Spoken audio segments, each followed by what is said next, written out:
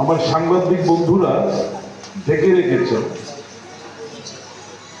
যার প্রতিকৃতিকে সামনে রেখে আমরা আজকে এখানে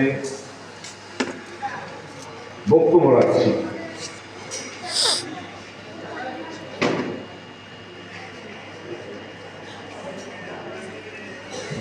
ওনাকে চেনেন? সবাই জানেন? যারা ছিলেন না হাত তুলুন তো দেখি। যারা আদিবাসী বন্ধুরা এসছেন বিভিন্ন প্রান্ত থেকে, চিনেন না, অনেকে চিনেন। আপনাদের যে অধিকার, সাংবিধানিক যে অধিকার, কথা বলা,